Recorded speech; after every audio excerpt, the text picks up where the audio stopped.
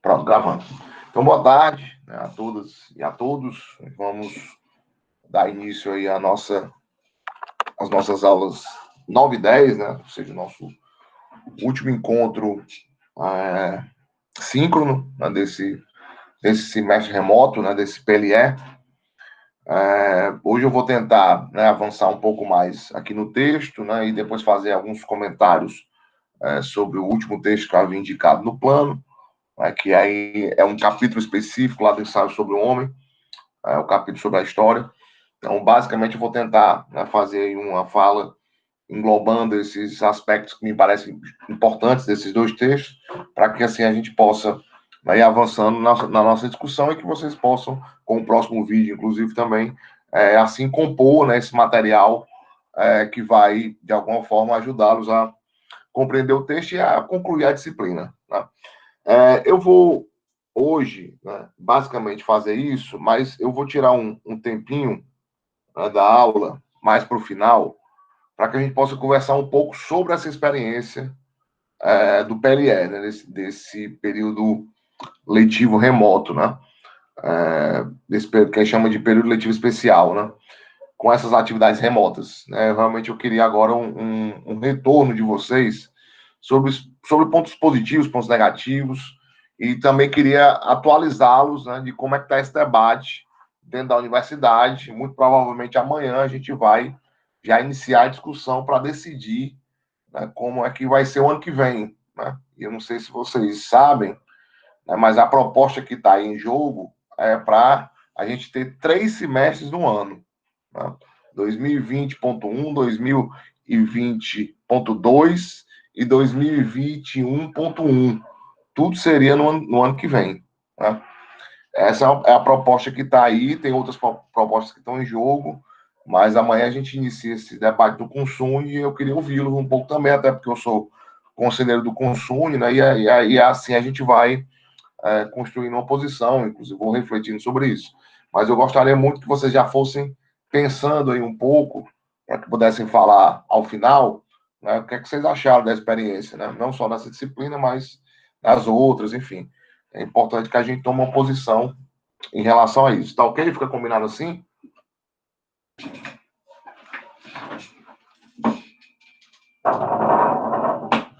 Dê um retorno aí, por gentileza, por áudio ou pelo chat. Combinado. Beleza. Então vamos lá, vou aqui fazer a exposição, vocês fiquem à vontade também para perguntar, enfim, para interromper, de preferência pelo microfone. E assim eu vou avançando aqui no nosso debate e depois a gente faz essa discussão mais voltada para essa experiência, enfim, avaliar um pouco a disciplina e ver o que é que valeu a pena, o que é que não valeu e tal. Ok? Então vamos lá. Então, o que resta, né, para nós, aqui dentro do que foi proposto, o que resta para nós ainda é entender melhor, né, isso que foi a formação, né, das ciências humanas, das ciências da cultura, né, nos termos do Cassirer. E aí eu fiz, né, uma retomada, né, de um pouco dessa história, né, moderna, né, sobre esses dois grandes campos, né, das ciências. Entrei em alguns detalhes mais específicos sobre cada uma delas, mas simplesmente introduzi, né, esse tema a partir do texto que a gente já começou a ler, já começou a debater. Né? Tudo que foi colocado aqui na aula passada já foi bem dentro do texto que nós estamos agora trabalhando, tá? E aí eu gostaria de fazer, antes de continuar, né, algumas observações, né, para que vocês possam se situar aí no todo do pensamento do Ernest Cassirer. Tá? O Cassirer, quando ele escreve A Filosofia das Formas Simbólicas, né, os 3 volumes,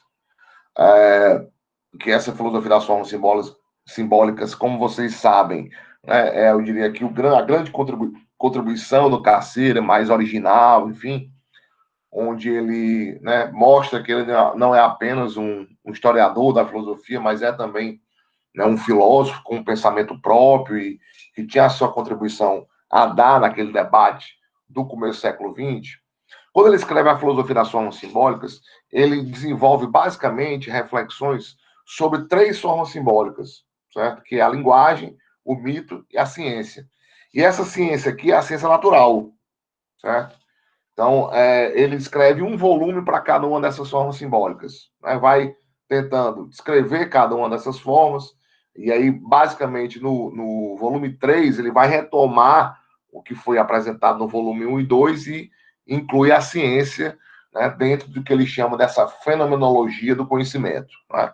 Então, ele vai fazendo essa apresentação dessa filosofia das formas simbólicas a partir, basicamente, dessas três formas simbólicas estruturantes. Mas, para o Cassir, as formas simbólicas, elas são infinitas, elas são inúmeras. Né? Ou seja, a humanidade pode, né, a cultura pode engendrar várias formas de produção simbólica que não necessariamente sejam apenas a linguagem, o mito, né, e a religião ou a própria ciência, certo?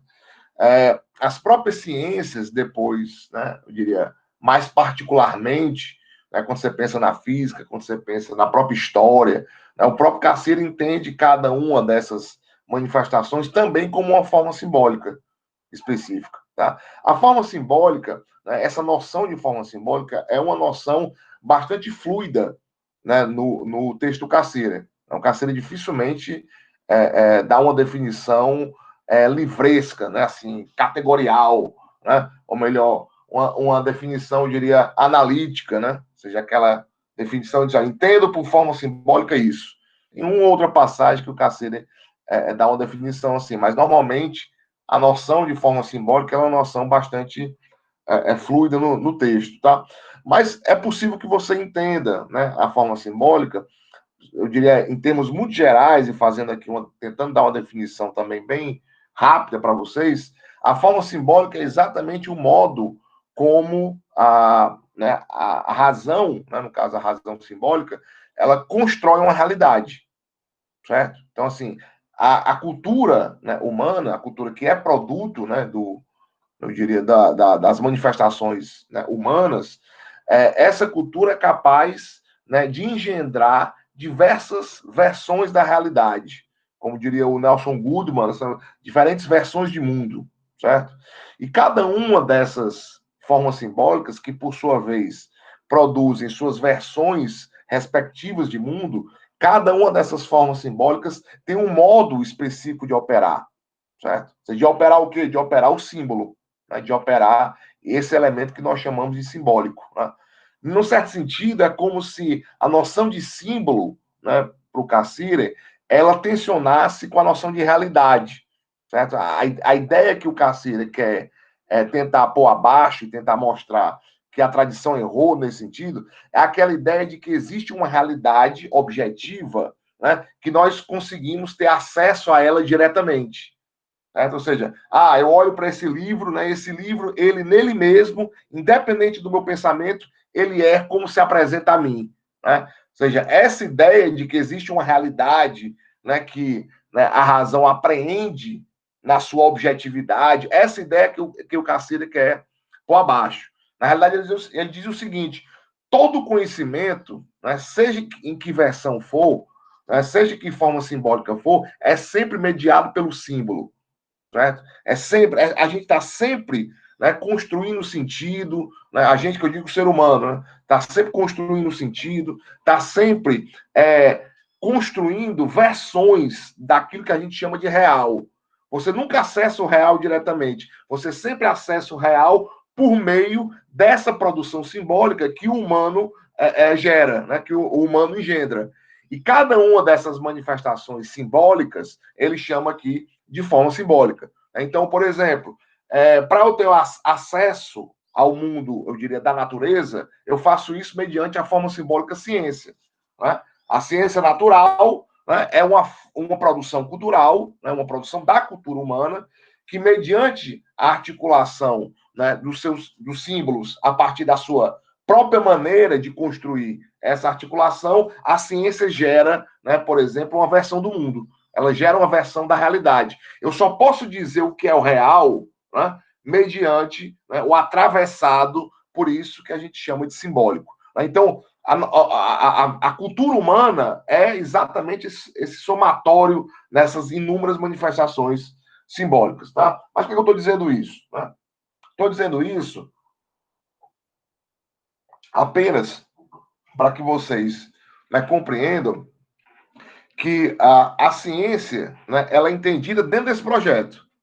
Né? O Cassirer, ele tem uma concepção de cultura, né, mais ampliada, né, tem uma forma de pensar a cultura de maneira mais ampliada, e a ciência está no interior dessa forma de entender a cultura. Certo? Ou seja, a ciência é entendida também como uma manifestação da cultura. Certo? Então, refletir filosoficamente sobre a cultura, né, isso demanda também refletir sobre a especificidade da ciência. Certo? Ou seja, o que a filosofia faz, no fundo, é análises comparativas, né, eu diria, sobre essas formas simbólicas. Como é que a linguagem opera, como é que a linguagem constrói, né, o seu mundo, como é que o mito constrói o seu próprio mundo, como é que as ciências constroem o seu próprio mundo, né? Ou seja, a forma de, né, o modo de articular, de descrever, de comparar essas formas de produção da cultura, certo? É aqui, portanto, a tarefa da filosofia. Né? A filosofia é sempre, agora, um discurso de segunda ordem. Né? A filosofia ela não fala diretamente do mundo, mas ela fala daquelas formas simbólicas que dizem diretamente o que é o mundo. Certo? Então, isso é importante para quê? Para que a gente entenda a seguinte coisa. Então, existe a cultura, né, de uma forma geral, a ciência é uma manifestação particular dessa cultura, né? E essas ciências, né, particulares, quando você pega a ciência, né, e aí pensa nas ciências particulares, essas ciências particulares se dividem entre aquelas que investigam a natureza, certo? E aquelas outras ciências que investigam a cultura, né? Ou seja, que investigam as produções culturais, certo? Então você teria aí dois grandes campos, né? As ciências naturais e as ciências humanas, ou as ciências culturais. Certo? Então, o nosso interesse com esse texto é entender como é que essa divisão se deu, certo? Como é que ocorreu essa divisão.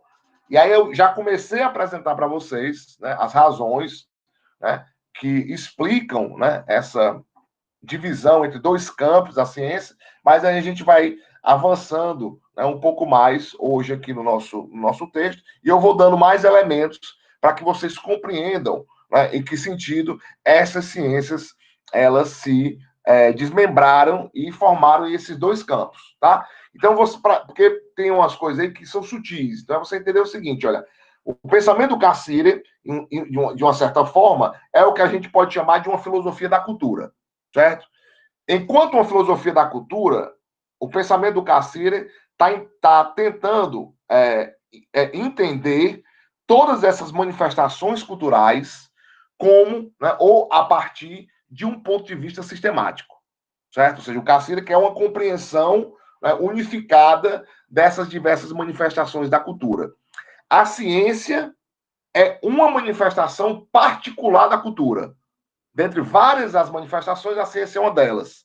Quando você olha para o interior das ciências, aí você vê que existem ciências que investigam cientificamente, né, obviamente, a própria cultura, e a ciência que investiga, né, cientificamente, obviamente, a natureza. Certo? Então, você tem aí o tratamento da cultura no nível filosófico, né, no nível mais geral e sistemático, e o tratamento da cultura no nível da ciência. Certo? As ciências particulares também têm como objeto a cultura, só que geralmente é uma cultura particular. O antropólogo ele vai estudar, por exemplo, os costumes e práticas de uma determinada população. Ali um estudo científico sobre uma determinada manifestação cultural. Agora, quem que pergunta pela cultura enquanto tal, pela cultura, né, na sua universalidade, aí é a filosofia, certo? Então é só para que vocês tenham, né, em mente aqui esse esquema. Né? É obviamente que a gente pode refinar muito mais isso, mas nós não vamos ter tempo de fazer isso aqui. Né? Pode ser que no semestre que vem, em outras disciplinas, a gente consiga refinar um pouco mais esse debate. Certo?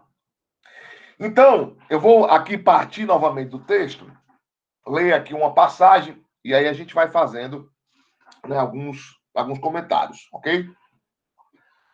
Então vamos lá, se vocês abrirem na página 269, peraí que eu acho que tem alguma coisa no chat, deixa eu olhar aqui. Laiane.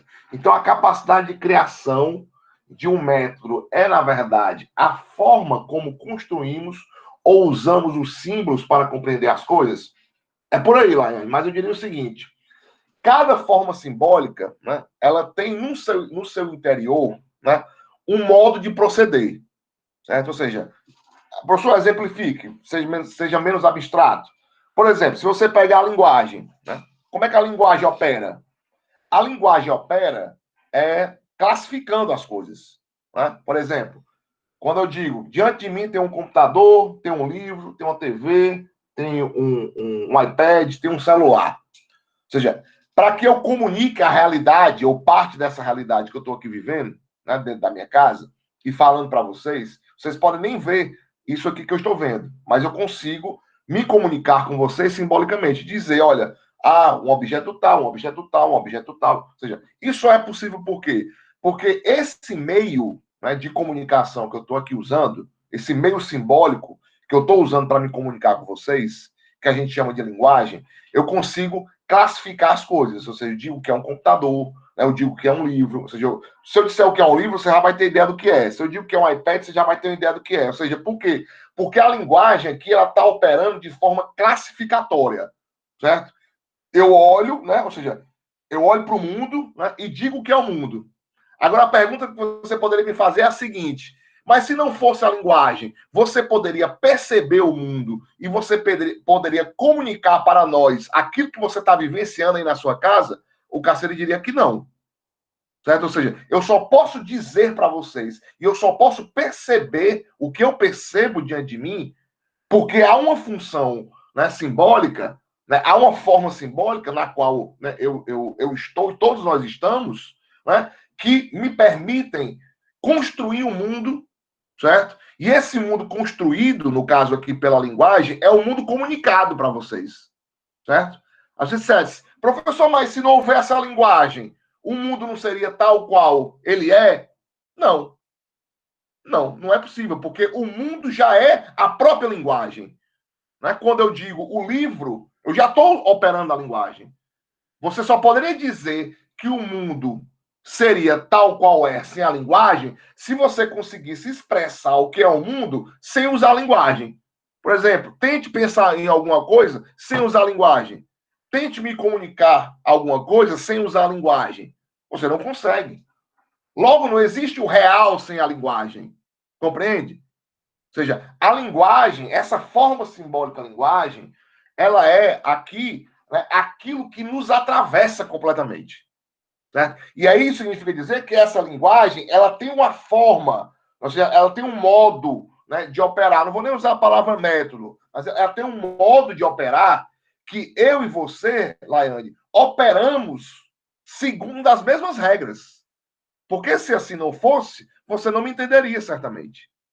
Ou seja, eu construo um mundo, eu posso, inclusive, representar o mundo, esse mundo que está diante de mim, aqui na minha casa, e dizer para você, né, que mundo é esse. E você, mesmo sem ver que mundo é esse, você entende. Ou seja, por quê? Porque nós estamos operando no interior da mesma forma simbólica e estamos seguindo as mesmas leis de formação desse mundo, certo? É a mesma coisa da ciência. Às vezes você se depara com determinadas teorias científicas, principalmente as mais matematizadas, que se você não tiver o domínio, né, do simbolismo matemático, você não vai entender. Tá?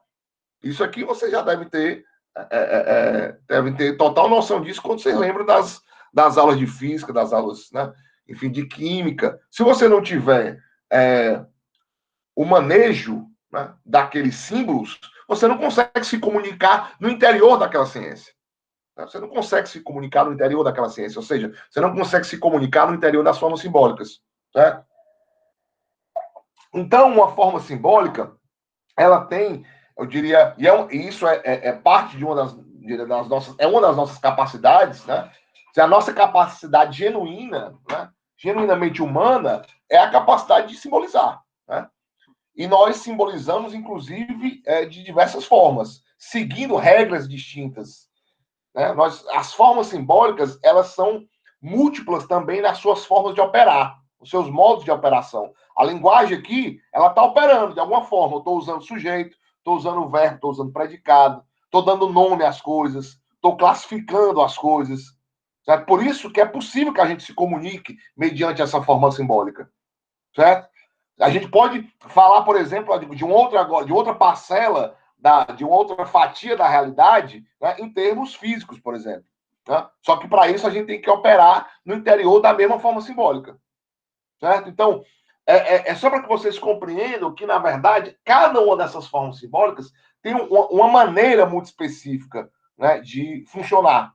E a tarefa da filosofia é exatamente da filosofia das formas simbólicas, é entender como é que essas formas operam, né, quais são as diferenças, quais são as semelhanças e tal. Né, mas, basicamente, como é que elas operam. A filosofia faz meio que um trabalho descritivo e comparativo, né, de como essas formas simbólicas operam, ok? Então vamos lá, se você vai aqui, voltando para o texto, né, tá a página 269, né, logo no começo da primeira sessão, esse primeiro parágrafo eu acho importante. Né?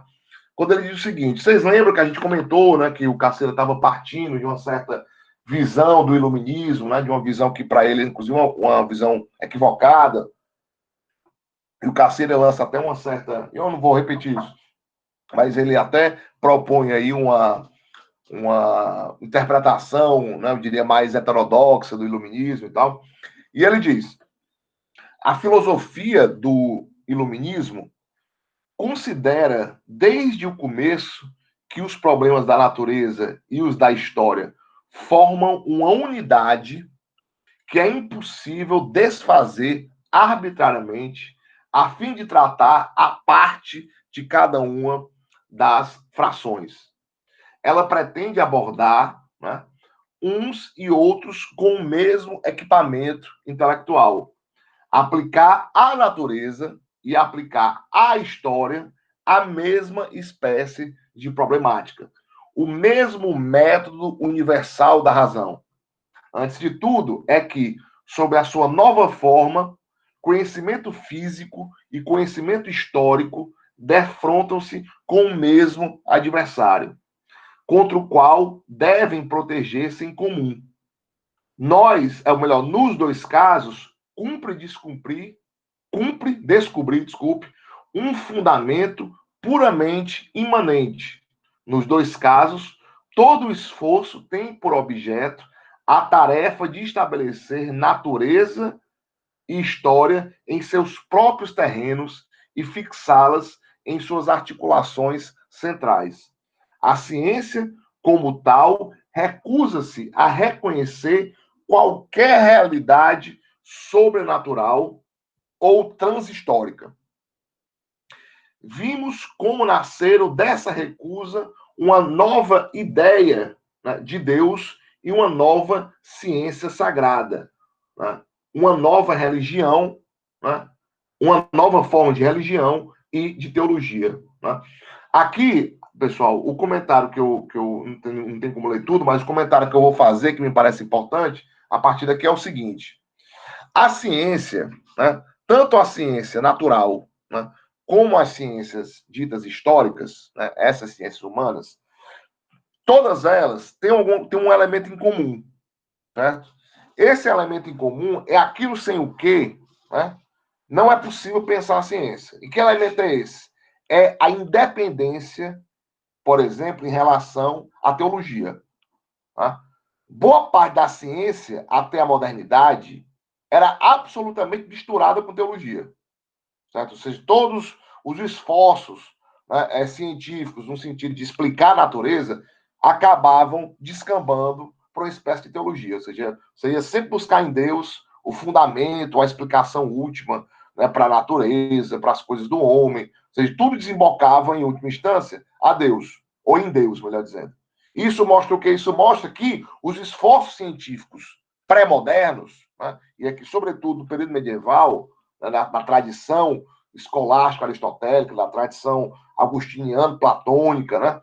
Essas tradições, muito ligadas ainda, né, à teologia, não conseguiram, diria, fundar as ciências diria, no seu próprio campo, dá às ciências a sua própria autonomia.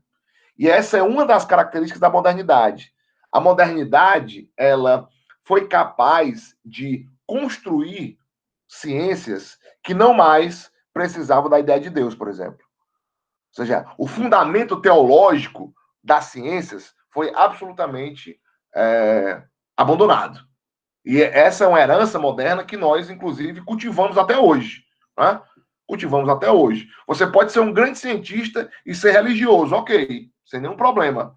Você pode ser um grande físico e ser muçulmano, ser católico, ser evangélico, isso não importa. Agora, quando você é cientista, você não, para operar enquanto cientista, você não traz para suas teorias nenhuma ideia de Deus, por exemplo.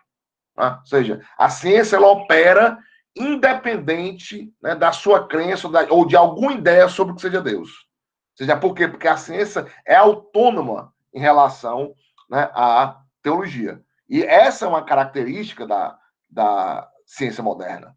Né? Ou seja, se massa é igual se força é igual a massa vezes aceleração, é aqui em qualquer lugar do universo. É aqui em qualquer lugar do universo. Ou seja, independente do que você acreditar, independente do que seja Deus, força é igual a massa vezes aceleração. Isso, obviamente, considerando que Newton está certo. Né? Ou seja, todas as leis naturais, né, que a ciência natural postula, ela postula basicamente a partir de observação e de cálculo matemático. Ou seja, a ciência constrói as suas próprias explicações independentemente do fundamento teológico. Certo? Então, essa é uma característica essencial da ciência moderna, tanto da ciência da natureza como das ciências históricas. Certo? Esse é um elemento comum. Tudo bem, são diferentes, cada uma, né, trabalha ali, cada grupo, né, está trabalhando normalmente, né, a partir, né, de pressupostos distintos, tem uma noção de objetividade distinta, tem objetos distintos, mas tem isso em comum. Certo? As ciências, né, são independentes da teologia. Né? E só foi possível ciência por isso. Certo? Porque se não fosse assim, até hoje a gente estava na religião. Né? Se a ciência não tivesse autonomia diante da religião, até hoje a gente estava apelando para os textos sagrados para poder entender o mundo, para poder entender as coisas e tal. Ah, mas a religião, nesse sentido, nesse aspecto, ela perdeu o sentido? Não. A religião ainda é a fonte de sentido. Né? É uma fonte particular de sentido. Muita gente só dá sentido, né, em virtude da religião, que é outra forma simbólica, que é outra forma de dar sentido. Porque o que a forma simbólica faz é dar sentido. Certo? Ou seja, a humanidade ela se caracteriza por essa capacidade de produzir sentidos. Né? Por exemplo, para onde é que eu vou, né?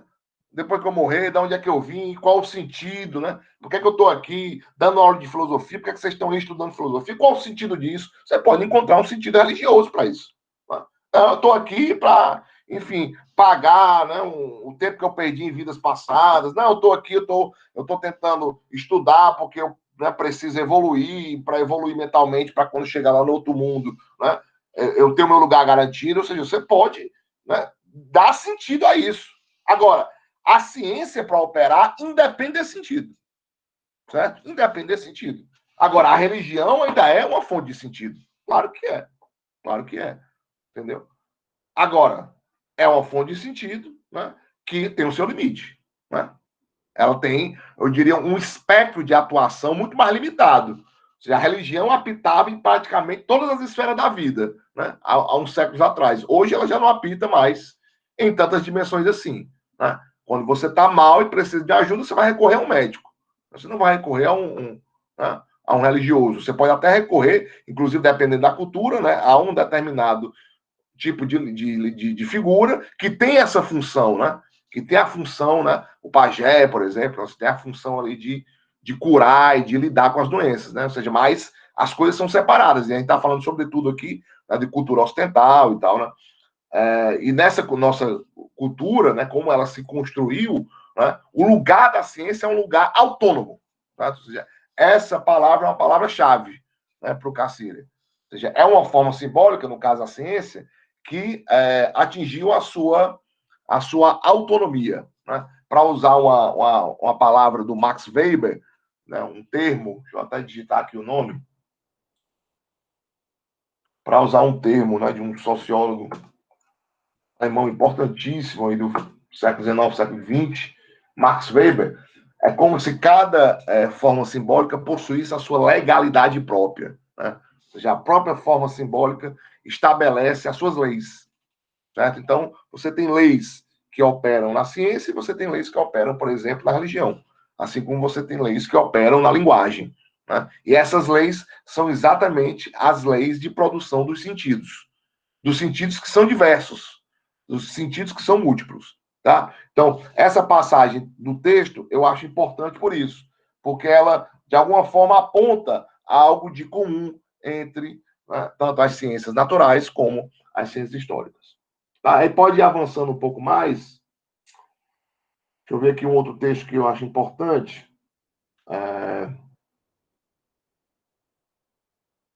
Desculpa que esse arquivo está meio ruim, aí acaba que fica mais lento aqui. Se você for na página 271, certo? Aí aqui o Cacilda diz o seguinte: não quer de maneira alguma submeter unilateralmente a história aos imperativos construtivos da filosofia, mas separar imediatamente dela própria, da riqueza e da visão palpitante, né, do detalhe histórico, novas tarefas e novos problemas filosóficos. A permuta de ideias que desse modo se instaurou e que não parou de crescer em intensidade e amplitude é proveitosa para ambas as partes. Essa frase é importante. Assim como a matemática se tornou o protótipo das ciências exatas, também a história é agora o modelo metodológico a que o século XVIII conferiu uma nova e profunda compreensão da tarefa universal e da estrutura específica das ciências humanas. Esse é talvez um dos trechos mais importantes do texto. Certo? Isso aqui é um texto chave, é um trecho chave, certo? Então, é entender que. Aí, lá, a gente entra aqui na sua questão do método. Né? Então, é como se a humanidade, né, tivesse chegado a um nível de amadurecimento racional, né, e esse nível de amadurecimento já havia sido percebido pelos renascentistas, certo? Porque lá no Renascimento, lá com Nicolau de Cusa, a gente aprende o quê? A gente aprende que, olha, quer fazer ciência com mais segurança? Quer fazer ciência com mais rigor? Volte para a matemática. Vamos resgatar a tradição matemática. Né? Aí, sobretudo, essa tradição que vem de Pitágoras, né? E que passa por diversos outros pensadores. Então, a matemática é um tipo de construção simbólica que os gregos já, né? Na realidade, muito antes dos gregos, né?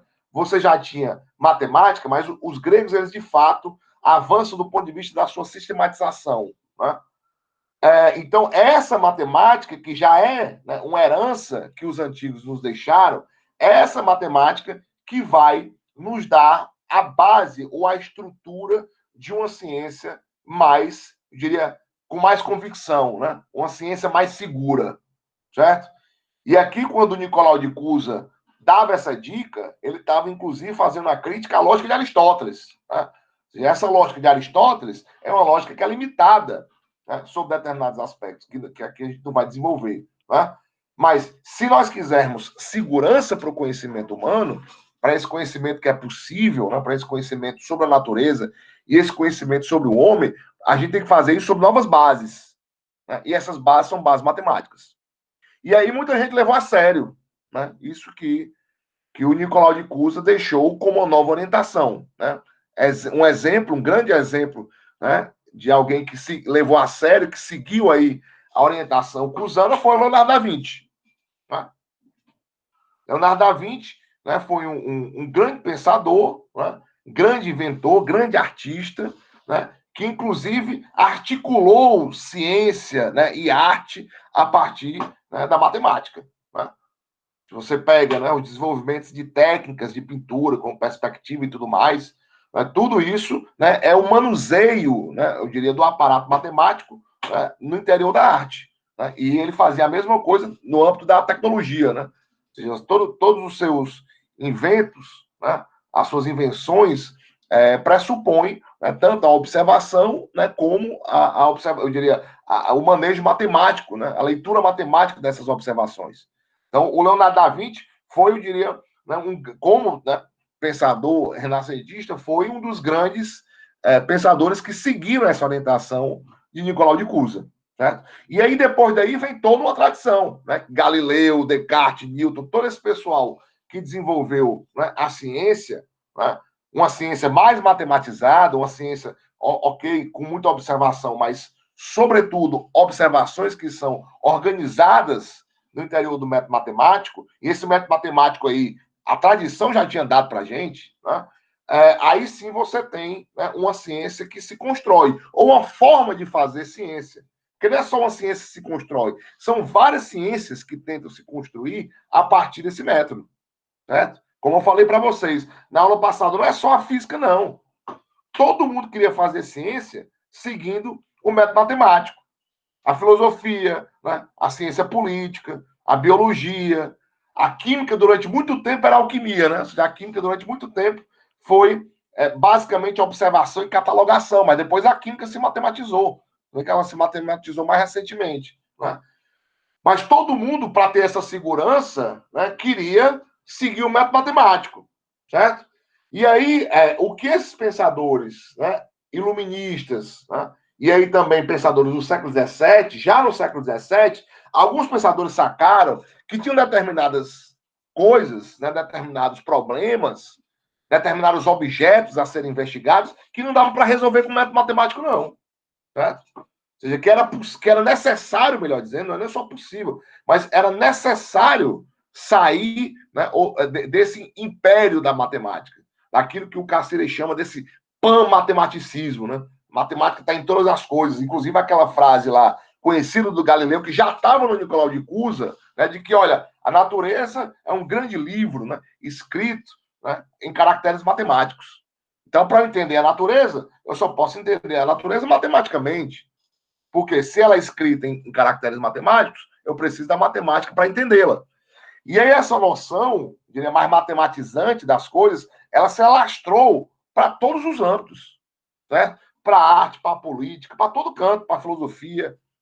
E aí, alguns pensadores, e esses pensadores vão sendo aqui listados, não tem como falar de todos, mas vão sendo listados no texto, como Pierre Bayle, né, como Montesquieu, como Voltaire, como Jean-Baptiste Vico. Tá? Todos esses pensadores, eles vão, aí, Laiane, sim, construindo um novo método, uma nova forma de se fazer ciência sobre aquilo que escapa, ou que escapava o método matemático.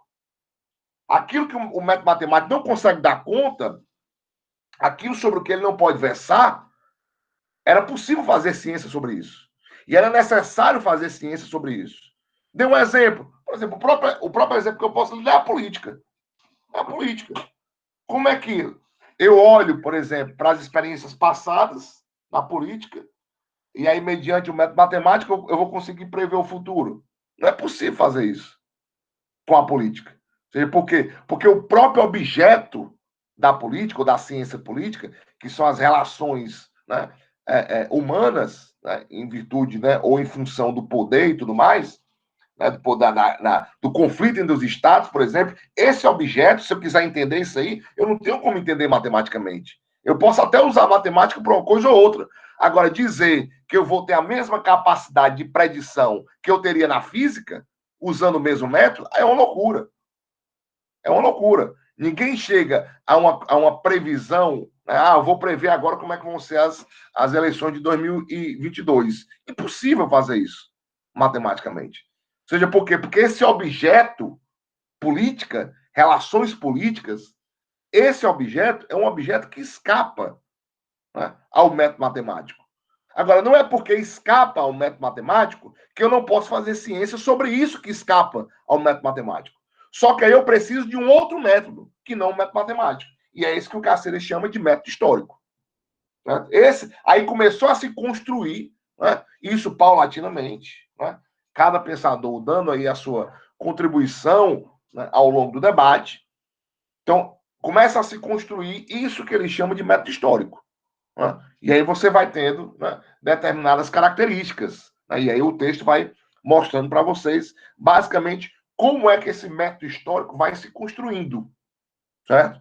E aí esse método histórico, uma vez que ele vai se construindo, ele acaba atuando para as ciências humanas de forma similar como a ciência, como o método matemático atuou para as ciências exatas. Então, assim como, né, o método matemático inspirou inúmeras ciências exatas, ciências naturais, e muitas dessas ciências foram se construindo, né, no entorno do método matemático, sempre tentando usar o método matemático para as suas investigações ou nas suas investigações e para a construção das suas exposições. O mesmo aconteceu com o método histórico nas ciências humanas. Então, aqui, quem se pretendia fazer ciência humana já tinha uma perspectiva completamente diferente. Por exemplo, o Vico, né, ele parte de uma ideia, né, que o Carceiro aponta aqui, mas ele desenvolve mais num outro texto, no texto de 42, que é a lógica das ciências culturais.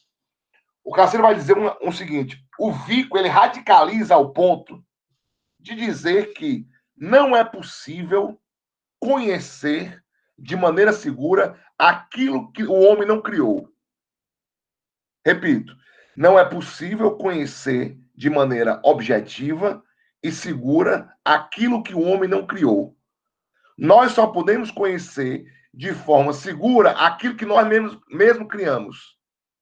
Qual é a conclusão, né, que você chega depois de uma afirmação dessa do Vico? Olha, a ciência da natureza, que era, né, a grande referência de ciência, agora é rebaixada para uma ciência de segunda classe.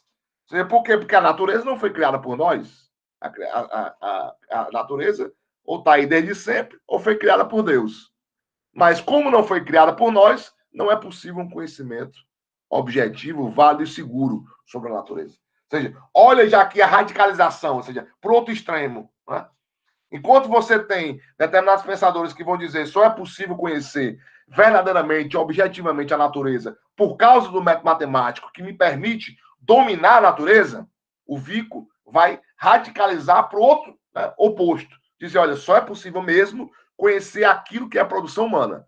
Ou seja, só é possível conhecer o que nós produzimos, a linguagem, a arte. Né?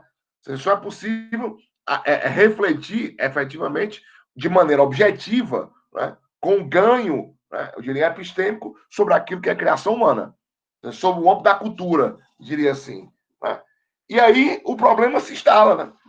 E aí o problema se instala. Não é à toa que você chega, né, ao século XIX com esse problema, né, de como é que você distingue uma coisa da outra. Não é à toa que você chega ao século XXI, que é o século no qual nós estamos, e as pessoas ainda ficam articulando a ciência ou falando da ciência como se fosse sendo organizada. Não, eu sou da engenharia, não, eu sou da matemática, você é da filosofia, não fala nada com objetividade. Aí o filósofo diz, aí o que tu fala, tu não entende nada sobre de onde você parte, né? Ou seja, os princípios e pressupostos, você simplesmente não tematiza, a sua ciência é a crítica, né? Ah, mas ciências humanas não consegue dizer nada com certeza, né? E aí o outro vai dizer assim, mas as ciências naturais diz com certeza hoje e amanhã diz, né? Então, assim, tem essa disputa, né, absolutamente, do meu ponto de vista, infrutífera, né, assim, é completamente nonsense, porque fica nessa disputa para ver quem é a ciência mais verdadeira, né?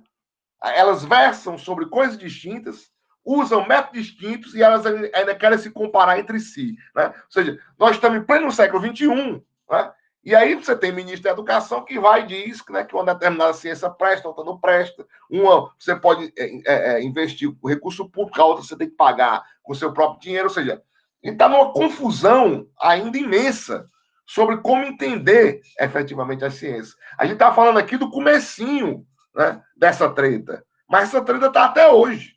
Né? Essa treta está até hoje. Né? E pelo menos o trabalho que eu tenho, né, procurado desenvolver com as disciplinas, com o que eu tenho escrito e tal, é no sentido de tentar minimamente trazer esse debate ou trazer a filosofia para a esfera pública. Mas peraí, meu companheiro, então que é que você está chamando de objetividade? O que é que você está chamando de verdade? Né? Ou seja, o que é que você está chamando aí de ciência rigorosa? Então, vamos com calma. Né? Vamos aqui limpar o terreno. Né? Então, se a gente conseguisse pelo menos limpar o terreno, já era um avanço. Né? Mas a gente está um pouco longe disso. A gente está um pouco longe disso. E no século XXI, você ainda está perguntando se filosofia serve para alguma coisa, se, né, geografia serve para alguma coisa, para que sociologia, né? O que presta mesmo é agronomia. Assim. É um negócio completamente nonsense. Né? E a gente ainda está nesse debate, em pleno século XXI. Tá? Mas eu queria dar a palavra um pouco para vocês, para que depois eu pudesse comentar alguma coisa. Fique à vontade, alguém quiser comentar alguma coisa.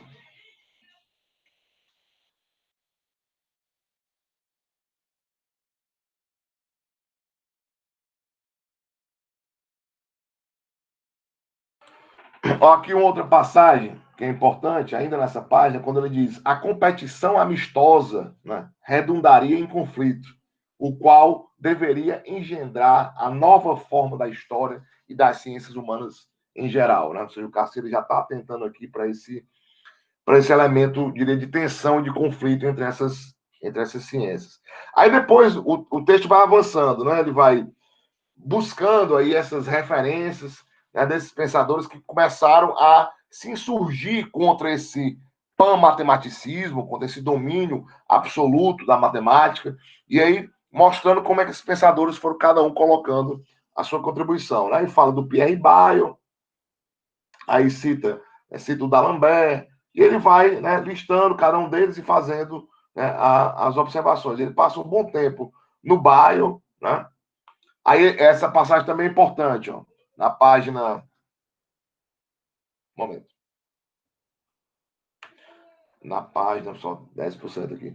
Na página 275, né, na página 275 do texto, ele diz uma coisa interessante. Ele diz: olha, a história depende de um outro gênero de certeza, né, que é a matemática, né, um outro gênero de certeza que é a matemática, mas é suscetível de ser infinitamente aperfeiçoada no interior desse gênero. O fato de que um indivíduo chamado Cícero existiu é metafisicamente mais certo que a existência real, né, in natura rerum, ou seja, na natureza das coisas, de um objeto como aqueles que a matemática pura define. Eu acho essa passagem ótima, né? Eu acho essa passagem ótima pela seguinte coisa. Né? Aqui, uma informação que está dita de maneira clara, que é importante, é dizer o seguinte: olha, o método histórico, né, a ciência histórica, ela trabalha com outro tipo de certeza, certo? Ela trabalha com outro tipo de certeza. Então, dentro das ciências históricas, seguindo o método histórico, você nunca vai encontrar a certeza matemática.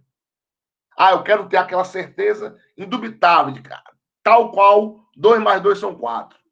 Certo? Esse tipo de certeza você só vai encontrar nas ciências matemáticas, ou nas ciências matematizadas, né, poderíamos assim dizer, as ciências exatas. Agora, nas ciências históricas, a certeza é de outro tipo, certo? Então, e essas coisas, pessoal, são, como é que eu posso dizer, irredutíveis umas às outras, certo? Ou seja, a ciência matemática, ela opera da sua forma, e ela não pode ser comparada com a forma como as ciências históricas operam. Por quê? Porque elas são irredutíveis. São irredutíveis a si mesmas. Certo? Ou seja, não faz sentido querer exigir do método matemático o que você só vai encontrar do método histórico. E não faz sentido você querer encontrar no método histórico a certeza que o método matemático lhe dá. Então, se você quer ter certeza no método histórico, é um outro tipo de certeza. Certo? Então, essa informação do ponto de vista, né, eu diria, geral, né, da tese e tal, eu acho uma informação importante. É legal refletir sobre isso. Eu, inclusive, já usei aqui essa passagem, né, nos meus textos. Mas aí tem aqui uma coisa curiosa, que é uma boa provocação. Né? Quando eu digo, por exemplo, Jesus existiu, né?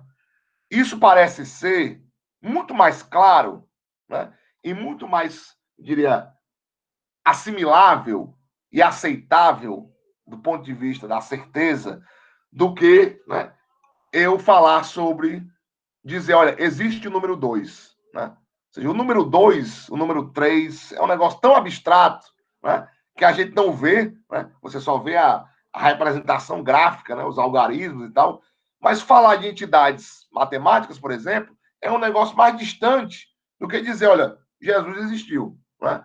Então, assim, metafisicamente, né, como ele aqui coloca, a afirmação de que alguém existiu, que é uma afirmação da história, né, parece ser muito mais aceitável, né? Ou seja, parece ser muito mais simples de entender do que se eu começar a falar de objetos matemáticos. Mas o que acontece é exatamente o contrário, né? Ou seja, a gente acaba encontrando ou reconhecendo que a ciência que se pauta na matemática ela tem uma condição de certeza maior do que as ciências históricas, né? Ou seja, a gente desenvolveu, inclusive, isso é uma coisa muito da nossa cultura, né? Da nossa cultura científica e matematizada, né? De que é a matemática que me dá certeza. Né? Um ranço, eu diria, cartesiano. Né? É um ranço cartesiano. Ou seja, se quer certeza, parta da clareza e da evidência, e da clareza e da evidência proceda matematicamente, que você necessariamente chegará a conclusões também claras e evidentes. Né? Ou seja, isso aqui é um cartesianismo ainda muito forte, né? Presente na ciência. Não é à toa que a gente, quando vai julgar, né, o que é científico, o que não é científico, né, parece que, olha, se usa matemática, é científico. Ah, mas se não usa, não parece ser tão rigoroso assim. Né? Então, o Cassir acaba dando um exemplo aqui que é um pouco contraintuitivo. Né? Ele diz, olha, quando você olha para as proposições da história, a proposição que ele dá é existia um indivíduo chamado Cícero, né? Existia um indivíduo chamado Cícero. Essa proposição, ela parece ser bem mais clara, né, e evidente do que uma proposição matemática. Né? Isso aqui é interessante, né, porque é um pouco contraintuitivo. E aí ele vai, né, avançando na exposição, ainda continua depois disso falando do Bayle, né, tentando mostrar em que sentido há no Pierre Bayle, né, o início de uma reflexão histórica, mas não há ainda uma filosofia da história. Né? Então, isso aqui é legal também. Mas, olha, há pensadores que contribuíram, né, na construção desse chamado método histórico, mas alguns desses pensadores que construíram, né, ou que ajudaram a construir isso que a gente chama de método histórico, alguns desses pensadores não possuíam uma filosofia da história, certo? Que é diferente, né? Uma coisa é você, né, dar contribuições metodológicas, né, para se pensar de uma determinada forma, e outra coisa é você possuir uma filosofia sobre a história. Né? Você tem uma teoria, né, geral sobre a história. Não, aí não necessariamente, né, esses pensadores tiveram isso. O Pierre Bayle é um desses exemplos. É um cara que tem uma grande contribuição para, né, para a construção desse método histórico, mas ele não tinha uma filosofia da história, por exemplo. Aí continua no Bayle, vai avançando no texto. Continua no Bayle, ele dedica muitas páginas ao Pierre Bayle. Né? Aí depois ele entra com Galileu para fazer essa comparação, né, com a ciência natural também. Aí ele continua no Bayle. Aí depois aqui ele pontua o Montesquieu, né, e depois o Voltaire, né, que aí são dois pensadores que teriam, né, adiantado algumas coisas, como por exemplo, ele vai dizer que no Montesquieu você já tinha mais ou menos clara a ideia de tipo ideal, né? Essa ideia de tipo ideal é uma noção que ficou muito conhecida com Max Weber, né? Essa ideia de que como é que você generaliza, por exemplo, né? Como é que você generaliza quando você olha para a sociedade, você olha, tem um determinado tipo de político, por exemplo, né? Aquele político populista, bonachão, autoritário, proto-fascista, pronto, aí você consegue construir um tipo ideal, né? Você tem vários indivíduos que recaem sobre aquele tipo, né? Mas aquele tipo, ele não, ele de alguma forma dá uma noção do indivíduo, mas ele não consegue universalmente dizer especificamente como é aquele indivíduo, né? Ou seja, é uma ideia reguladora, né? E aí tem político mais liberal, né? Liberal nos costumes, liberal na economia, você começa a construir tipos, né? São maneiras, diria, de universalizar sobre esse objeto que é a política, ou esse objeto que é a sociedade, né? Então, eu penso em formas, né, ideais, né, de universalização, mas que não são do mesmo tipo da matemática, por exemplo, né? Ou seja, é uma idealização, eu diria, mais fluida, né? É uma idealização que nos permite falar de maneira genérica, né, sobre determinados perfis, né, sociais, mas esse tipo de universalização não é o tipo de universalização matemática. É um outro tipo de universalização. Ele vai dizer, olha, essa noção, né, de tipo ideal, né, histórico, isso já estaria no Montesquieu, por exemplo, lá no Espírito das Leis. Certo? Então ele vai fazendo esse esforço, né, de tentando buscar, né, nesses pensadores, nesse debate, século XVI e século XVIII, esses elementos que ajudaram a construir isso que ele chama de método histórico. Certo? E aí depois, um pensador que é importantíssimo assim, nessa reflexão é o Dilthey, né? Que é um cara que o Cacida cita, eu acho que cita, inclusive, menos do que o que deveria, mas no século XIX, por exemplo, né, ali na passagem do século XIX para o século XX, né, o Willem Dilthey, né, é um pensador que levou muito a sério e aprofundou muito a reflexão filosófica em torno desse problema. Professor, como é que se escreve? Professor, como é que se escreve o nome dele? Naturais, né, e Tá me ouvindo, professor? das Como ciências é que se humanas. escreve? Tá. Desculpa, Isabela, quer falar? Só para você colocar no chat o nome desse autor importante. O Dilthey, né? Tá. Isso.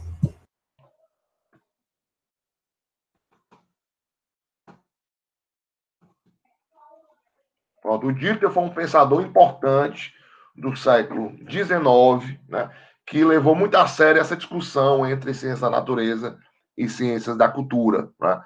Ele que refletiu muito sobre isso que a gente está chamando aqui de método histórico. Tá? Então, esse método histórico é algo que foi se construindo, né, ao longo dos séculos. Certo? E aí, esse método histórico que foi se construindo, ele exatamente uma alternativa, né, ao método matemático e, portanto, esse método histórico tornou possível fundar novas ciências. Né? Fundar novas ciências. E essas ciências seriam aqui exatamente as ciências humanas. Ok? Então, aqui outra coisa que eu acho importante também fazer referência é a seguinte: ele diz, olha, o curso geral está na página 287, certo?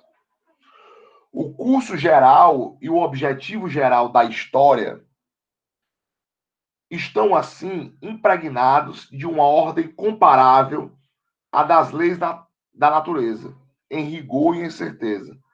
No nível de desenvolvimento em que nos encontramos, ainda falta muito, sem dúvida, para que o mundo moral esteja bem orientado quanto ao mundo físico.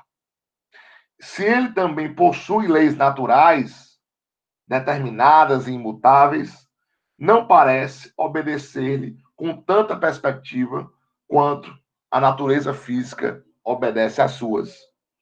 A causa disso é que os indivíduos, dotados de razão, estão limitados e, por via de consequência, sujeitos a erros e que, de um outro lado, agem segundo, né, o seu próprio pensamento e a sua própria vontade. Quer dizer, não obedecem constantemente às leis fundamentais que por eles próprios foram criadas. Né?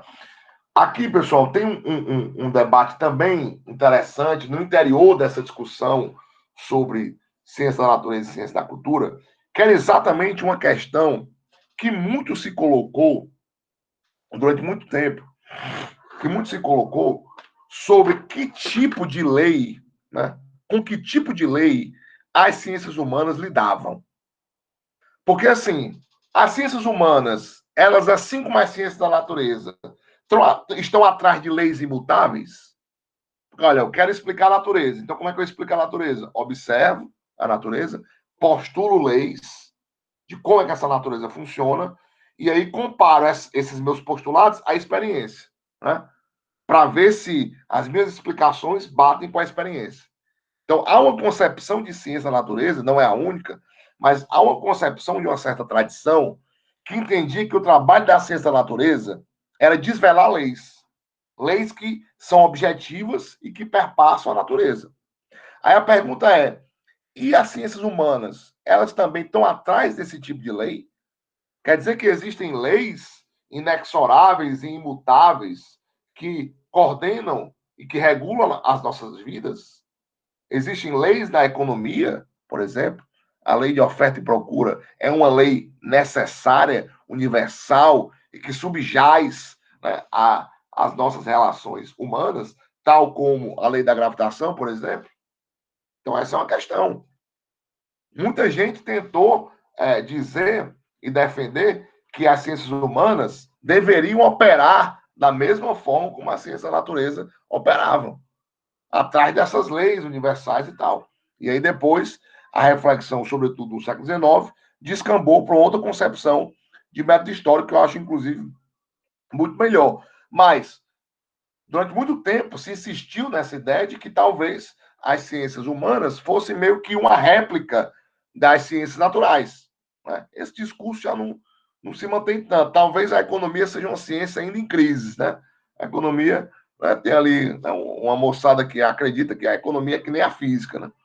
Mas aí já tem gente que não, a economia não é isso, a economia é uma ciência social e tal.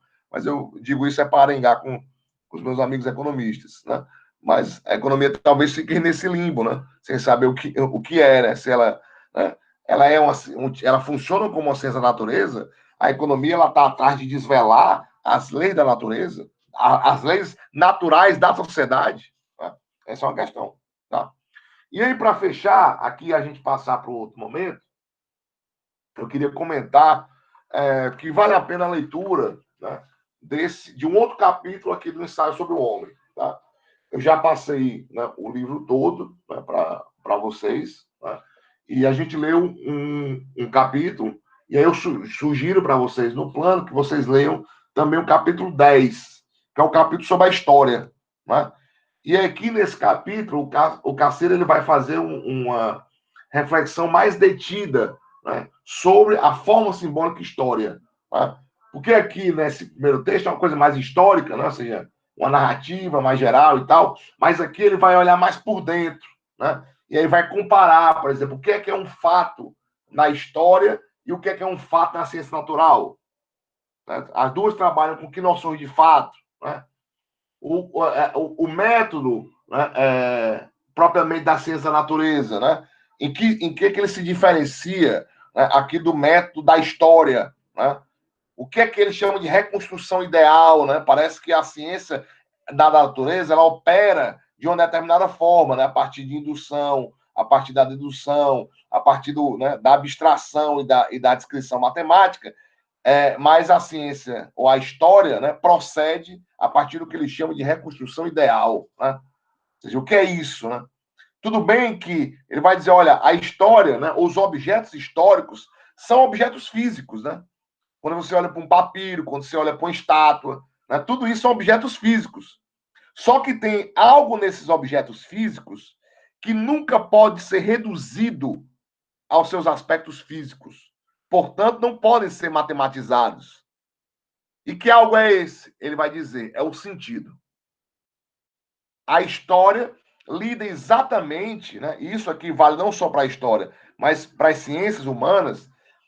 A história, ela lida, né, com aquilo que não pode ser capturado, que não pode ser reduzido aos objetos físicos e ao raciocínio matemático. O raciocínio matemático ele pode dar conta daquilo que é matematizável.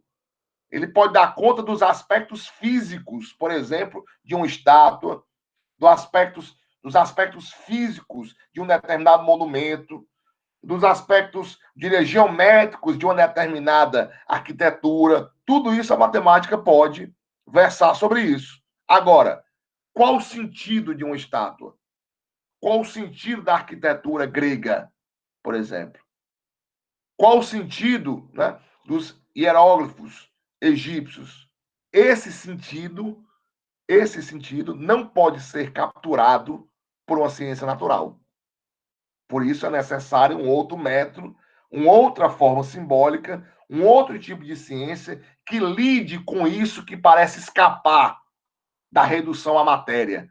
Quando você pega, né, a natureza, por exemplo, quando você pega os próprios objetos criados pelo homem, se você quiser reduzir tudo aos aspectos materiais, vai existir algo que não pode ser reduzido. E esse algo que não pode ser reduzido é o sentido. Certo? É o sentido. Imagine que você ouve uma música. Né? Aquela música, sempre que eu escuto aquela música, eu tenho vontade de chorar. Né? Me dá aqui uma angústia profunda quando eu escuto aquela música.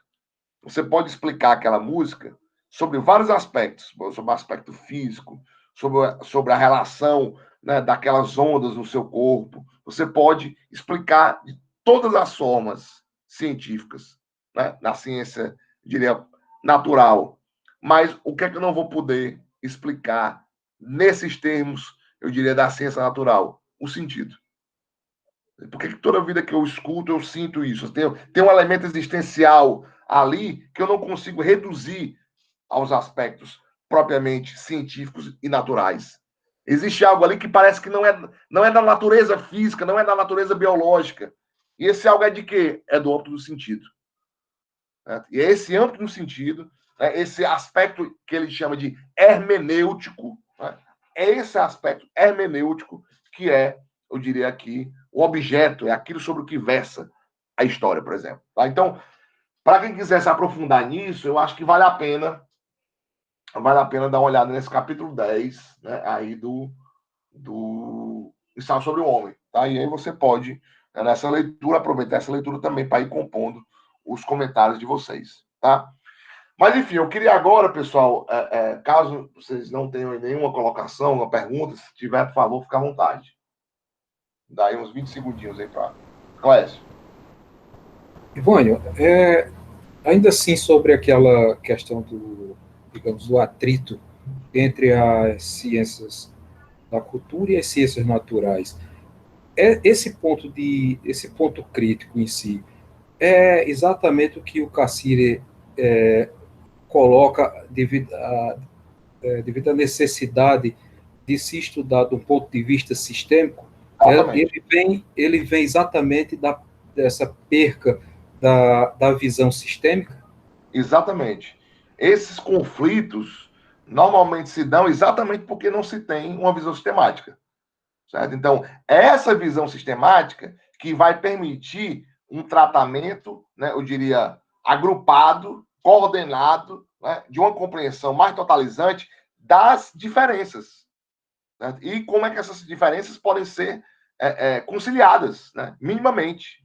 Né? Ou seja, como é que essas ciências convivem, como é que eu posso entender essas ciências de um ponto de vista, diria, de uma cosmovisão, né, sem ter que, né, assumir o partido, né? Não, a objetividade está só aqui, a verdade está só aqui, não. Como é que a gente amplia a noção de objetividade, ou a compreensão da objetividade, a partir desse ponto de vista sistemático? Então, essa é a tarefa. Essa é a tarefa que os renascentistas já tinham colocado e que a modernidade não resolve. A tese que eu defendo, né, é exatamente essa. A tese que eu defendo é que o Cassire entendeu que, né, esse problema estava posto para os modernos. Os modernos avançaram, mas não responderam, ou seja, não resolveram a questão, e ele estava lá para resolver. E a filosofia das formas simbólicas seria uma tentativa de resolver esse problema. Agora é possível, mediante uma filosofia das formas simbólicas, certo? Entender de forma sistemática, portanto, de forma coordenada, de forma orgânica, né? Dar uma inteligibilidade ao todo das ciências. Certo? Essa visão sistemática é uma inteligibilidade ao todo das ciências, para que elas não fiquem, eu diria, esfaceladas, fragmentadas. É a superação da fragmentação das ciências. E a filosofia das formas simbólicas teria, né, essa tarefa.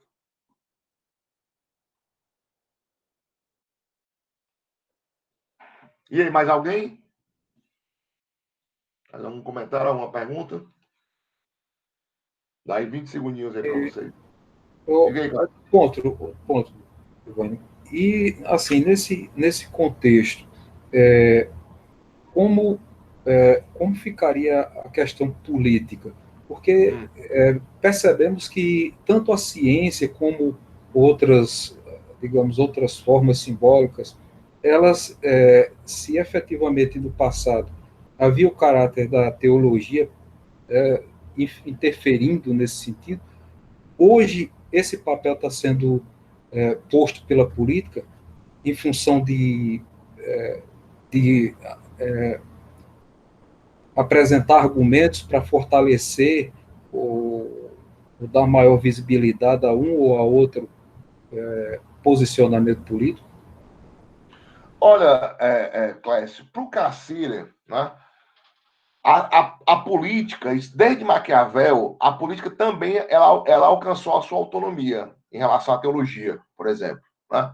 Maquiavel talvez tenha sido o primeiro grande pensador da política que demarcou essa distância, essa diferença. Então, uma coisa é a teologia, outra coisa é a política. Agora, se você quiser, né, um comentário, né, eu diria, mais contemporâneo do Cassirer sobre política, você vai ter que ir lá para o Mito do Estado.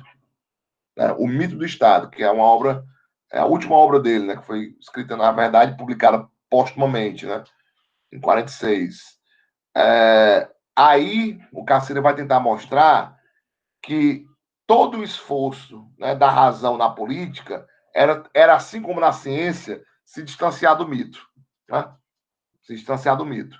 Só que, na experiência nazifascista, né, a experiência da Segunda Guerra, o mito retorna com toda a força para a política. Né? Ou seja, e quando esse mito retorna para a política, né, aqui você começa a ter novamente esses elementos mágicos e teológicos que já estavam, eu diria, separados da política. Aí o pessoal começa a trazer Deus, né? Começa a trazer as figuras, né, mágicas para o interior da política. Né? E aí, assim, não vou desenvolver mais sobre isso, mas eu indico para você o Mito do Estado. A gente, inclusive, numa disciplina, trabalhou um pouco, né, sobre a partir desse texto. Né? Foi bem rápido, mas eu acho que valeria a pena isso. Então, é entender que esse elemento mágico, né, que a política, ou a ciência política, já tentou, né, superar no começo da modernidade, esse elemento também retorna. Certo? Na ciência isso é bem mais difícil, né? Na ciência isso imperou durante muito tempo, mas hoje, por exemplo, hoje você não vê, né, obviamente que você vê, né, a ciência se tentando manipular a ciência politicamente, isso é outra coisa, né? Ou seja, fazer, diria, um uso político dos avanços da ciência. A gente está vendo isso aqui no debate da vacina. Isso é uma coisa. Agora, a política por dentro da ciência, entende? Ou seja, por dentro da operação da ciência, aí são outros 500. Né? Aí são outros 500. Então, por mais que essas coisas estejam juntas, mas, em certo sentido, é necessário separá-las. Do ponto de vista metodológico, a ciência não caminha para o retorno ao mito, não. Agora, do ponto de vista político, aí sim. E como a ciência é uma atividade que depende da política, então ela também não está isenta. Né? Ou seja, porque o mito, quando volta, o elemento mágico e teológico, quando volta para dentro da política, ele, em um certo sentido, ele engole também a ciência. Né? Porque os resultados da ciência seriam resultados que seriam aqui coordenados a partir de interesses mitológicos, né, nesse sentido. Mas mitológicos no sentido do Cassirer, tá? Mas tem um sentido bem específico, mas eu não vou aqui me aprofundar nisso, não. Tá bom? Alguém mais? Ou podemos passar para a última etapa aí do nosso encontro?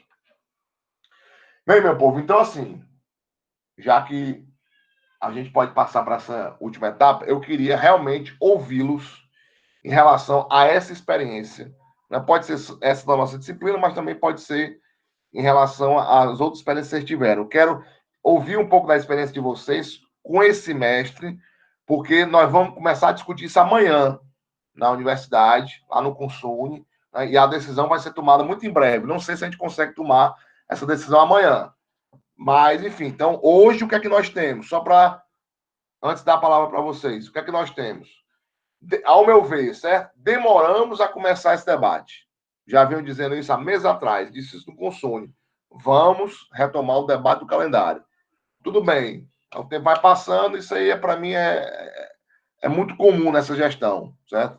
Então, deixou-se o tempo passar e agora, né, em cima do laço, vamos discutir o calendário para tomar uma decisão de maneira assodada. Eu acho ruim, né, porque a gente poderia ter discutido com mais tempo. Mas ok, é o que tem para hoje. Né? E aí vamos ver o que a gente faz de melhor. Então a gente tem propostas que vieram de determinadas unidades acadêmicas, determinados cursos fizeram propostas. Eu acho que deve ter umas 4 propostas em jogo. A universidade fez uma, a Prograde fez uma, acho que a Engenharia Civil fez outra, o ISCA não topou as propostas, o ISCA está naquela de precisa de mais tempo para pensar em outra proposta, então está nesse pé. Só que ninguém está refletindo sobre a qualidade do ensino dessa experiência do PLE.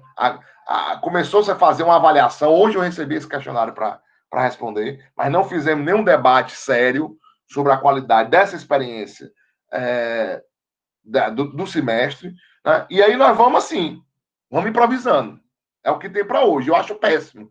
Mas agora o pessoal está discutindo calendário. Então, vamos botar quantos dias letivos, vamos botar quantos semestres, vamos terminar quando, vamos começar quando. Essa é a preocupação. Entendeu? Agora, se as pessoas estão aprendendo, todo mundo diz que é a favor da educação de qualidade. Isso aí todo mundo vai dizer. Entendeu? Agora, cadê o debate mesmo? Cadê a avaliação? Cadê os resultados? A partir dos resultados, vamos pensar como melhorar? Não, isso não tem. Na UFCA, hoje, isso não tem. Certo? Existe uma avaliação que está sendo feita aí pela CPA, que eu vou abrir o questionário para ver o que é, certo? E aí tem um bocado de unidade de curso que quer voltar, né? Porque, assim, do ponto de vista da lei, mas é voltar virtualmente, tá? Então, tudo que está em jogo é voltar virtualmente, certo? Com algumas atividades, principalmente de laboratório, podendo ser presenciais, que essa é uma questão sensível também. Mas para nós, que é mais teórico, tem a licenciatura também, mas assim, isso tem que ser visto também. Então, assim, a rigor seria atividades virtuais, com algumas exceções para atividades presenciais. Aí, retomaríamos o semestre de 2020.1, o de 2020.2 e o de 2020.1, tudo em um ano, certo? Aí tem uma proposta que começa em fevereiro, primeiro, termina em maio, aí tem um mês de férias, aí depois vai até setembro, tem 15 dias de férias e vai até o começo de janeiro. Então, basicamente, essa é uma das propostas. Já tem outra proposta que quer 2 semestres e meio em um ano. Sei que o povo hoje está discutindo calendário. Está a discussão de qualidade, isso aí. Essa aí, infelizmente, não apareceu ainda. Vamos ver se vai aparecer. Mas aí eu gostaria de ouvi-los, né, para que eu possa, enfim, também construir no meu juízo e possa fazer um voto, né, dar um voto que seja a partir da experiência, né, enfim, de vocês. A palavra está com vocês. Eu fiquei na dúvida sobre essa questão, porque, assim, no caso, iria retomar o semestre que a gente parou no meio do caminho, né? O de março, com aquelas disciplinas. Exato, não, mas retoma do zero. A ideia é para retomar do zero. E se for uma disciplina prática, tipo estágio, como é que a pessoa vai fazer estágio à distância? É muito complexo isso. É uma questão, é uma questão. Mas aí o Estado também está à distância, né? As escolas estaduais também não voltaram, né? As escolas públicas. Eu vejo isso porque aqui, assim, tanto eu estou à distância, como o meu irmão que faz ensino médio também. Aí, tipo, é cada quarto com alguém AD aqui em casa. Certo. E, assim, o nível de concentração que você tem numa aula à distância é muito pequeno. Uhum. Se você não se esforçar mesmo para prestar atenção naquilo, para poder conseguir assimilar aquele conhecimento com o que você está lendo, é muito complexo. Acredito. Eu acho. Tá, então para você lá, na sua experiência, foi o que é que teve de positivo, o que é que teve de negativo? Eu achei positivo a ideia dos vídeos, principalmente de você poder assistir na hora e depois também. Uhum. Às vezes ficou alguma dúvida, a gente vai assistir de novo. Mas aí ficou essa questão da concentração. Uhum. E tem muito mais a ver com o ambiente, né? O ambiente que você está, né? Exatamente. E da forma como você participa. Porque, por exemplo, você está ouvindo. E para você encontrar um momento para falar também é muito complexo. Sendo presencialmente, não. Presencialmente já seria bem mais aberto para esse diálogo. Essa entrada é mais fácil, né? Essa entrada é mais Exatamente. fácil. Entendi. É nesses aspectos. Para mim foi assim, Legal. dessa forma. Ok. E aí, quem mais? Ivone, eu teria um ponto, antes de tecer comentário assim, diretamente sobre a estrutura da disciplina, como será ofertado, um aspecto importante é saber exatamente como a disponibilidade, ou como está sendo pensado o acesso à internet, não simplesmente a questão do chip, né? Mas como o governo do estado até, ele inclusive está pensando nessa melhoria, né? Se bem que é através de empresas privadas, mas se garantir um nível de conectividade, porque conseguimos observar o seguinte: muitas vezes se tem o acesso, mas aí o vídeo trava, não, o áudio se torna ruim, a pessoa simplesmente, pela redução, pelo problema de fluxo, a pessoa já tem que se ausentar da sala para tentar reconectar.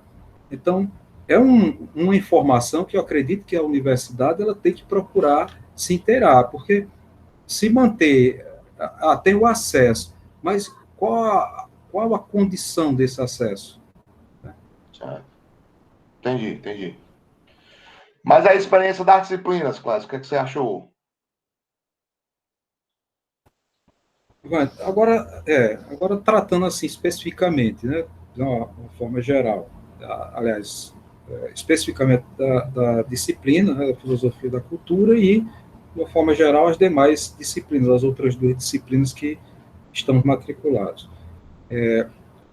Essa forma de diálogo, de contato, né, semanal, eu achei muito importante, e a sua disponibilidade em organizar o vídeo da aula e o vídeo, né, posterior também é uma iniciativa muito interessante.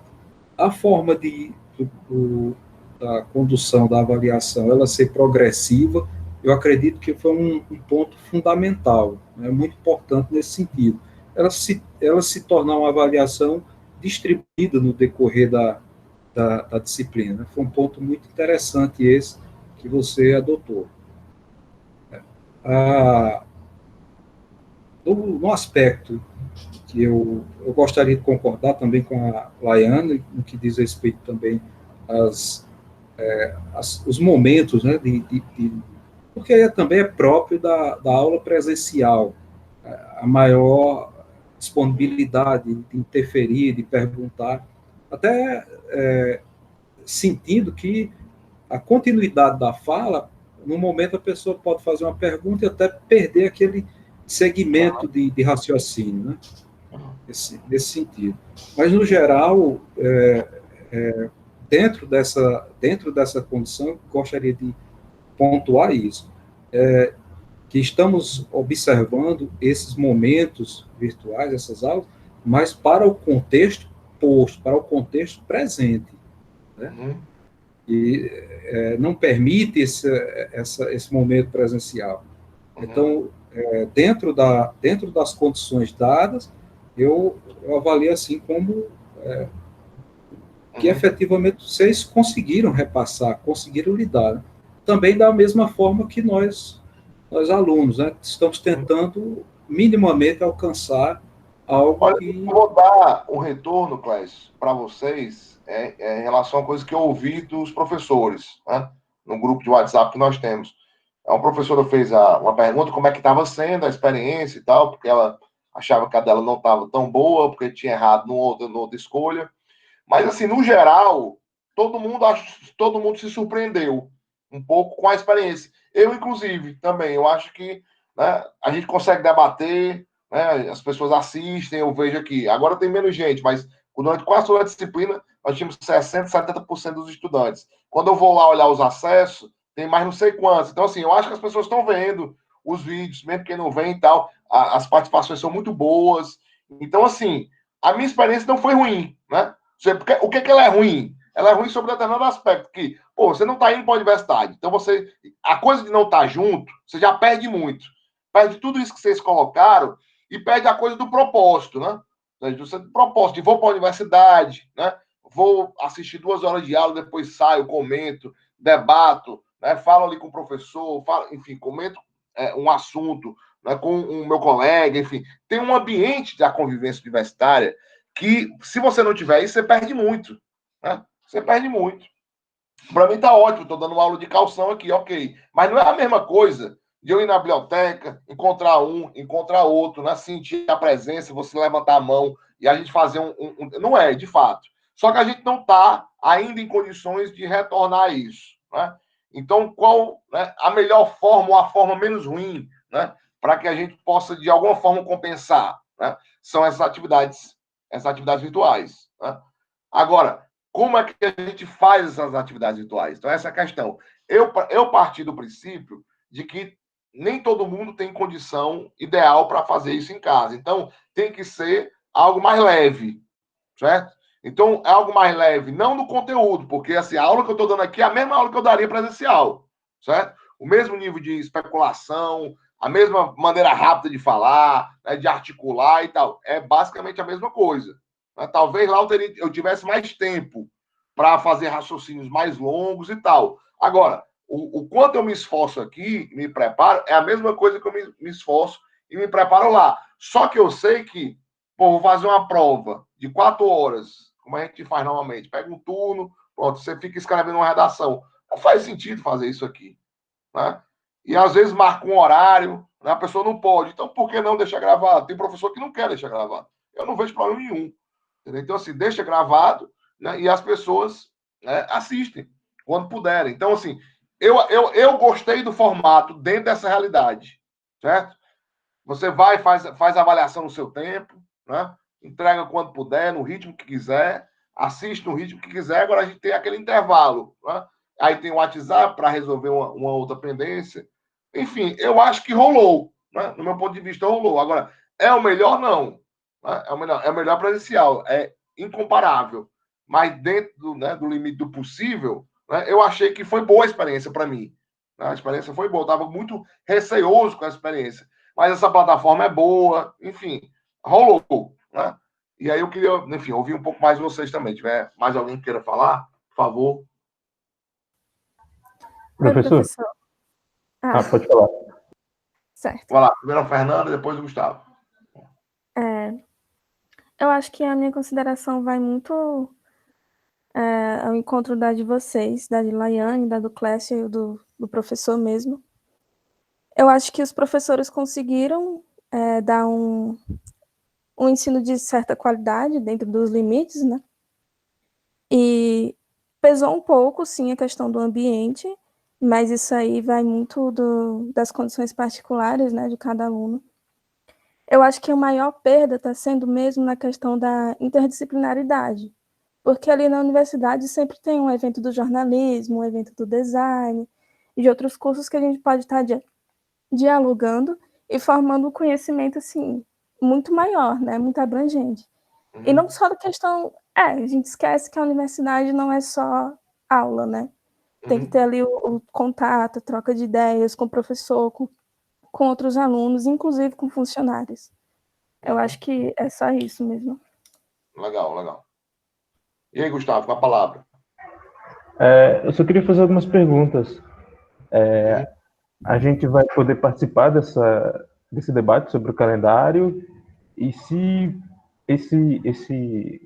o ano que vem vai ser um ano completo online ou se tem um período que vai ser online, outro período presencial, e se por acaso a vacina vier antes ou se demorar mais um pouco, como é que vai ser? Beleza. Gustavo, em relação à primeira pergunta, Estatuto da UFCA, qualquer reunião colegiada é aberta ao público, certo? Você pode assistir reunião do jornalismo, reunião da filosofia, qualquer reunião colegiada, você pode assistir, certo?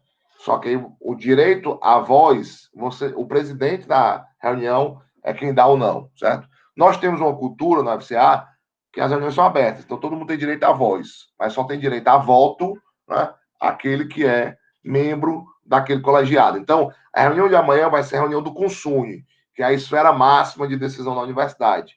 Todo mundo pode assistir. Você vai lá no link, aí você fica em outra sala, mas você assiste a reunião, certo? Você assiste a reunião. Você pode pedir a palavra, se quiser também. Aí você vai, joga lá para a reunião onde estão os conselheiros, a sala onde estão os conselheiros, e você vai e faz uma pergunta, fala e tal. Mas você pode acompanhar. Tá? Você pode acompanhar. Na reunião do CONSUNE. Beleza? Aí, em relação a essa coisa do ano, olha, nada está definido. Né? O que tem são propostas. Porque, assim, o governo, né, para que a gente lançasse o PLE, teve uma legislação específica que permitiu isso, certo? Que flexibilizou.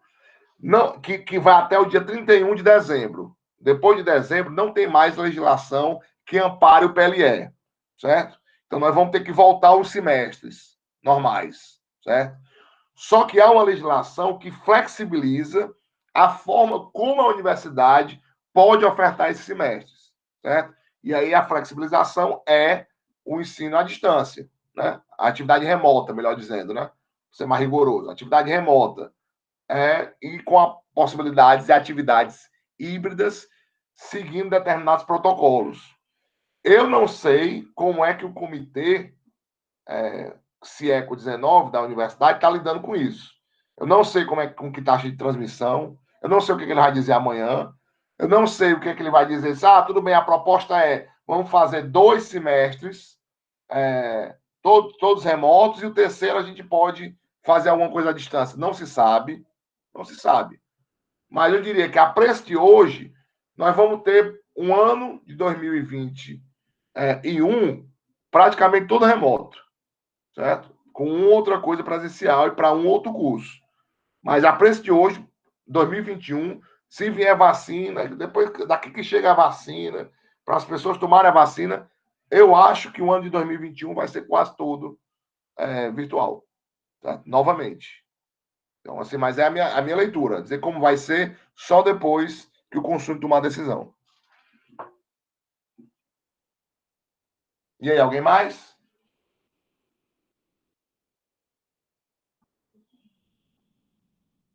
Diogo, quer falar alguma coisa? Sobre a sua experiência e com a acessibilidade, enfim, como é que foi para você?